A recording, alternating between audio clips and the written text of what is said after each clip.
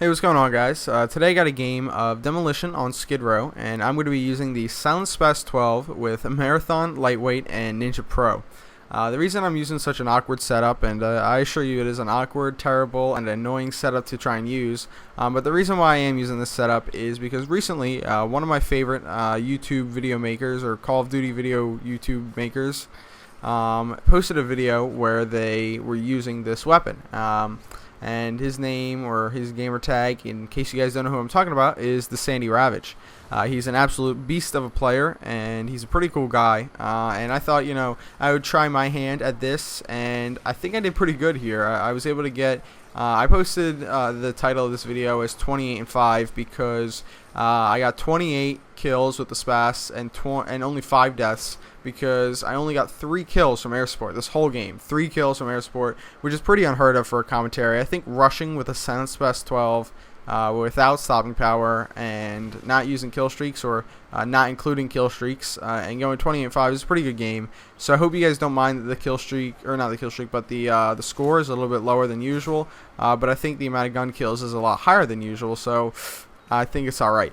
Enough about that. Let's talk some strategy, or let's talk some topics, I guess.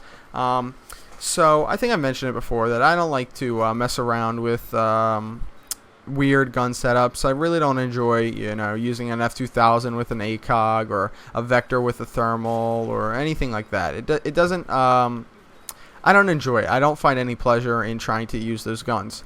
But a lot of people like to watch them, and I was just honest with you guys and said I don't like to use them.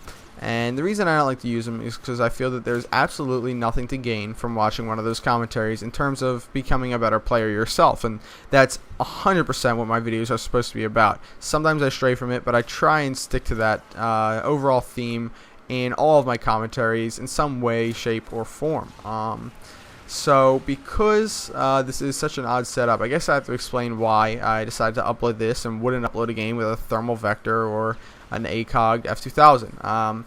The reason being is because by using a weapon such as a shotgun with low range, and such as a silent shotgun with such low damage, and especially without lightweight, it has a really low damage. But by using a gun like this, you can learn how to control engagements. And I know that's a term used a lot by another commentator, Woody's Gamertag, but he usually uses it in a defensive manner. I'm using it in an offensive manner. Now, this might sound a little bit confusing. I might be getting a little bit too in-depth with this whole subject, but bear with me here, and I assure you that I will try my best to make it make sense, or simplify it by the end of this commentary.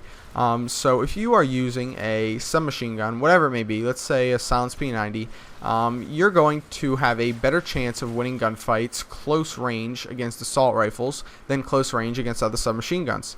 And you're going to have a worse chance of winning gunfights long range against assault rifles than you are long range against submachine guns. The whole overall theme of what I'm saying is submachine guns are good for close range, assault rifles are good for long range, light machine guns are good for medium to long range, etc., etc., etc. And what does this have to do with anything? Well, the strategies that I use in this video are strategies that I'm putting myself as close as possible to the enemy. Almost every single kill I get in this video, I would have gotten using a submachine gun and more. Like, there's so many opportunities for me to get more kills, or if I had used a submachine gun a lot more in this video, I would have been able to get more kills. Now, I don't mean that in a braggy way whatsoever. Please don't take that the wrong way. What I'm getting at here is that by following the same set of strategies and tips that I use for this video, you will be able to put yourself a lot closer to an enemy if you're using a submachine gun. Or you only use these tips if you're using a submachine gun and you're rushing, and that will give you a much higher chance of winning the gunfight, seeing as you are using a submachine gun and you are getting as close to the enemy as possible.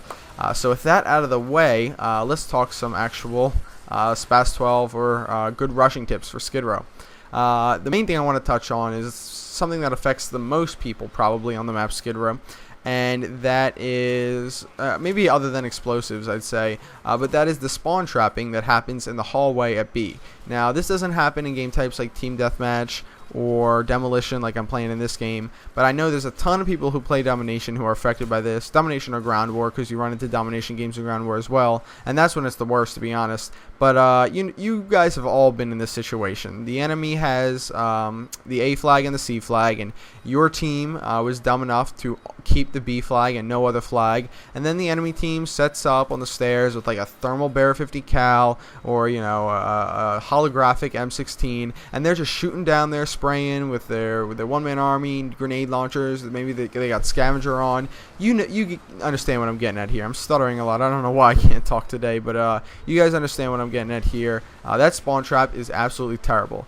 And the best way to get out of it, and it sounds simple, but really I never see anybody do it, is to zigzag. Now, the way the map is set up, I'm going to actually pause it right here. Let me get a picture up of Skid Row's over top the map thing. Right here. Alright, so what you're looking at right now is Skid Row. This might not seem too familiar, it might look a little bit weird, but this is the second story of Skid Row. I guess to put things into perspective, the B domination flag would be right in the center of your screen in the main hall, and the M16 flag would be right about there on the stairway. So I don't know, he's not really a fag, he's just kind of take advantage of the spawns, which sometimes can be a little bit douchey and obnoxious, but anyway, moving on.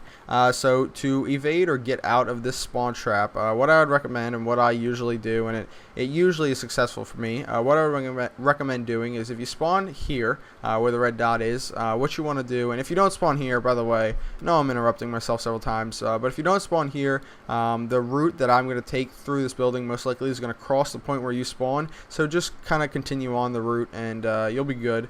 So you're going to spawn right around that area, and what you want to do is run across the hallway like this, in this little like U-ish shape, not really a U, but I guess you're running across the main hallway into the kitchen, and you're moving on towards the camera room, and you're going to wait there in the camera room. Reason being is because, and this is unless you're using Marathon, you're going to be low on sprint, and if you keep running through the hallway, you might run out of sprint in the middle of the hallway, and that would slow you down, even if just by a second. It's definitely going to slow you down, so make sure not to do that. Just wait there for a second, maybe like 2-3 seconds, literally. That's all you need to do, and then make a mad dash across the hallway thing, and then you should be good again. Now you want to stop right here, and you want to stop for more than one reason. The reason I want to stop mainly is because you're going to run out of sprint, but two, you've got a nice little line of sight. The line of sight. God, I can't talk today. The line of sight is right here. And this little green arrow represents where you gotta look, and the reason why you gotta look there is because it's usually going to be an AA-12 fag there. Not really a fag, but just the guy using a shotgun in a really close encounters area, which can be a little bit overpowered or obnoxious. Whatever. Moving on. So what you want to do is try and stop right there in the green room, take him out, and hopefully if you do take him out, you will be able to move across the hallway into this little stairway room, this little like camera room, or from the first level stairway room.